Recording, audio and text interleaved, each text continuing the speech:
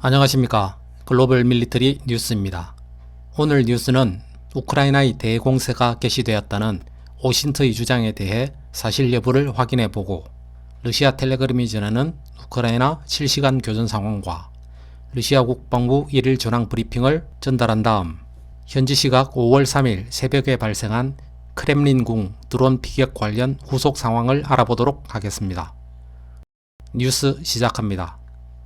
오전에 커뮤니티에 긴급으로 공지해드린 우크라이나 대공세 개시와 관련한 내용을 확인하였습니다.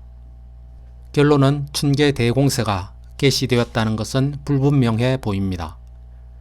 춘계 대공세가 개시되었다는 내용은 자포리자 점령지의 러시아 부지사의 주장과 예브게니 프리고진의 발언 두 개에서 출발했습니다. 러시아 부지사가 춘계 대공세가 개시되었다는 내용을 텔레그램으로 전했고 미국의 ISW가 이를 인용하면서 확대 재생산되었습니다. 또한 프리고진의 발언은 각종 러시아 측 텔레그램이 인용하면서 확대되었습니다. 두 사람의 발언 내용을 확인한 후 정리해 보도록 하겠습니다. 러시아 부지사의 주장에 대해 ISW가 게시한 내용을 시간 순서로 나열했습니다. 게시 내용 1. 5월 3일 자포리자주 점령지의 러시아 부지사 블라디미르 로고프는 우크라이나의 기계화 그룹 부대가 오리키우 남쪽에서 공세에 나섰고 러시아군이 전진을 중단한 후 우크라이나군을 격퇴시켰다고 주장하였습니다. 게시 내용 2. 로고프는 지난 몇 달 동안 우크라이나군이 자포리자주에서 반격을 개시할 준비를 하고 있으며 이러한 주장을 ISW가 이전에 평가한 정보 분석에 자주 이용하였다고 주장했습니다. 게시 내용 3. 러시아 밀 블로그 및 기타 출처들은 오리키우 근처의 우크라이나군 활동에 대해 정기적으로 보고하고 있습니다. 게시 내용 4. 러시아 소식통은 우크라이나의 대공세가 이미 시작되었을 수 있음을 시사하기 위해 자포리자주 전선에서 일상적으로 벌어지는 우크라이나 활동에 대한 내용을 계속해서 과도하게 정폭시키고 있습니다. 이상이 ISW가 트위터에 게시한 내용이었습니다. 실제로 5월 3일 우크라이나 춘계 대공세의 집결지로 보이는 자포리자주 오리키우에서는 우크라이나 기갑부대의 기동이 있었지만 대공세라고 할 만큼의 수준은 아니었던 것으로 보입니다. 다음은 프리고진의 발언을 러시아 측 텔레그램이 옮긴 내용입니다. 프리고진 발언. 나는 우크라이나 군대의 공격이 실제로 시작되었다고 믿습니다. 활성 단계는 앞으로 다가올 것입니다. 위와 같습니다. 내용을 정리하면 자포리자 점령지의 러시아 부지사의 주장과 프리고진의 발언 등이 출발이 되어 춘계 대공세가 개시되었다는 내용이 확산되었습니다. 결론은 아직 춘계 대공세가 시작된 것은 아니라고 보이지만 알 수 없습니다. 지나고 보면 춘계 대공세가 언제 시작되었는지가 나오겠지만 현재 시점에서 이를 판단하기란 어렵기 때문입니다. 이어서 러시아 측 텔레그램이 전하는 실시간 교전 상황 전달하겠습니다. 5월 3일 우크라이나 실시간 교전 상황. 우크라이나군은 무인 드론으로 러시아 대통령의 크렘린 관저를 공격하였습니다. 드론 중 하나가 상원 건물 돔 위에서 폭발했고 지붕에 불이 붙었습니다. 두 번째 무인 드론은 그 파편이 크렘린궁 안에 떨어졌습니다. 러시아의 지란2 카미카제 무인 드론은 우크라이나의 군사 및 산업시설을 공격하였습니다.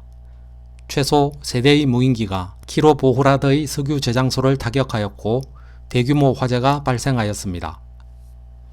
우크라이나가 무인 드론 5대로 브리안스크 지역의 세스차 인근의 러시아군 군사 비행장을 공습했습니다.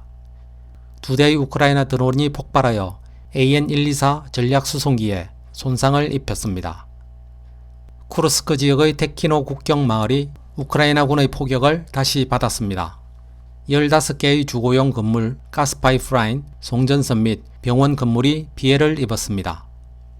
바흐무트 서쪽 외곽에서 바그너 용병그룹 돌격분대가 페르모기 거리를 따라 통제구역을 확장했습니다. 동시에 바이즈볼리 텔리브 돈바수 거리에 위치한 우크라이나군의 진지를 계속 공격합니다. 키우 정권은 계속해서 도네츠크 밀집 지역의 최전선 정착지를 포격합니다. 호리우카에서는 주거용 건물이 타격을 입었고 한 여성이 부상당했습니다. 시료카발카에서는 5개의 변전소가 타격을 받아 정전이 발생했습니다. 마린카에서는 전차의 지원을 받는 러시아군 차량화 소총 부대가 저층 건물 지역에서 치열한 전투를 벌이고 있습니다. 남쪽 외곽에서 돌격 부대는 고르가즈 영토의 우크라이나군 방어선을 뚫고 해당 지역의 거점을 확보했습니다. 우크라이나군은 드론으로 크라스노다르주의 폴라에 위치한 연료 저장소를 공격했습니다. 러시아 방공시설이 접근하는 드론을 요격했으나 두 번째 드론이 연료 탱크를 타격하였습니다. 화재가 발생하였습니다. 우크라이나군은 드니프르강의 왼쪽 강변에서 병력을 운용하는데 민간 시설물을 적극적으로 이용하고 있습니다. 헤르손에서는 러시아군이 철도역을 이용한 대규모 탄약 이동 내용을 확인하고 포병 공격으로 파괴하였습니다. 이상 5월 3일의 실시간 교전 상황이었습니다. 크렘린 공습권을 제외한 부분은 어제 단신호로 전해드린 내용이 다수 포함되어 있습니다. 며칠간 러시아뿐만 아니라 우크라이나도 드론을 적극적으로 이용한 공격이 눈에 띕니다. 대통령 집무실이 있는 크렘린 군 공격과 관련한 내용은 러시아 국방부 브리핑 이후 알아보도록 하겠습니다. 러시아 국방부 특수군사작전 진행 상황 보고 2023년 5월 3일 쿠판스크 방면에서는 서부 집단군이 루간스크주 스텔마키우카와 하르키우주 카미엔카의 우크라이나군과 교전하였습니다. 40명의 우크라이나 병력, 장갑차 2대, 차량 3대, 그보지티카 자주포 한 문이 파괴되었습니다. 크라스니 리만 방면에서는 중부 집단군 부대가 루간스크주 넵스케 및 체르보나 디브로바의 우크라이나 군과 교전을 벌였습니다. 최대 50명의 병력, 장갑차 1대, MSTAB 곡사포 2문이 파괴되었습니다. 도네츠크 방면에서는 돌격 분대가 바흐무트시 서쪽에서 전투를 벌이고 있으며 공수부대가 청면에서 적의 활동을 무력화하였습니다. 남부 집단군 부대는 도네츠크주의 보고다노브카와 그리고로프카 지역에서 우크라이나군의 반격 시도를 저지하였습니다. 러시아 항공부대는 이곳에서 하루 동안 9번 출격했으며 포병은 63회의 포격 임무를 수행했습니다. 이 방면에서 적은 385명에 이르는 병력과 해외 용병, 전차 1대, 장갑차 4대, 차량 4대와 D-20 및 D-30 곡사포를 잃었습니다. 남부 도네츠크와 자포리자 방면에서는 동부 집단군 부대가 도네츠크주 부월레다르와 자포리자주의 테미로버카 및 훌리아이폴의 우크라이나군에 화력 공격을 가했습니다.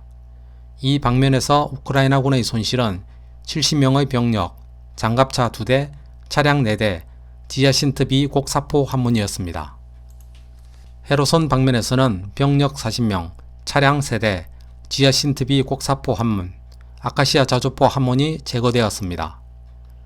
러시아 연방군은 86개의 우크라이나 포병 유닛과 102개 지역의 병력과 장비를 공격했습니다. 한문의 미국제 AN/TPQ-50 대포병 레이더를 자포리자주 스테프노고로스크에서 파괴하였습니다. 방공시설은 4발의 하이마스 로켓과 1발의 미국제 제이단 폭탄을 요격하였습니다. 또한 16개의 우크라이나 무인기를 헤르손주 포드스템노이, 루간스크주 스바토베, 도네츠크주 바실리오카, 하르키우주 타볼잔카, 수미주 로마시코보 등에서 격추하였습니다. 이상 5월 3일의 러시아 국방부 1일 전황 브리핑이었습니다. 앞의 내용을 바탕으로 이날 하루 우크라이나군의 손실 현황을 정리하겠습니다.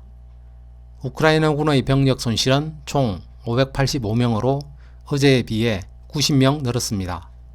쿠판스크 방면 40명, 크라스니 리만 방면 50명, 도네츠크 방면 385명, 남부 도네츠크 및 자포리자 방면 70명, 헤르손 방면 40명입니다. 평소에도 도네츠크 전선이 전체 사상자 비율의 60% 이상을 차지했는데 이날도 66%의 사상자가 도네츠크 전선에서 발생했습니다. 우크라이나의 군사장비 손실은 무인기가 16대, 장갑차 10대, 야포 및 박격포 8문, 특수군사차량 17대가 파괴되었습니다. 항공기, 헬리콥터, 방공미사일 시스템, MLRS 장착 전투차량의 손실은 없습니다. 다음은 크렘린궁 공습권과 관련하여 후속 내용 알아보겠습니다. 5월 3일 새벽 크렘린궁에 2대의 무인 드론이 공격을 가한 것과 관련하여 우크라이나의 젤렌스키 대통령은 자신들의 행위가 아니라고 밝혔지만 러시아 측은 우크라이나 측의 소행이라며 비난과 함께 강력 대응 주문이 여기저기에서 쏟아졌습니다. 크렘린궁 공격은 러시아 대통령의 목숨을 노린 테러 행위라면서 일부에서는 직접 거론하지는 않았지만 핵무기를 사용하여 키우 정권을 제거해야 한다는 주장까지 제기되었습니다. 또한 러시아 대통령실 드미트리 페스코프 대변인은 이번 크렘린궁 공격 배후에 미국이 있으며 어떤 형태로든 보복하겠다면서 확전 가능성이 커지고 있습니다.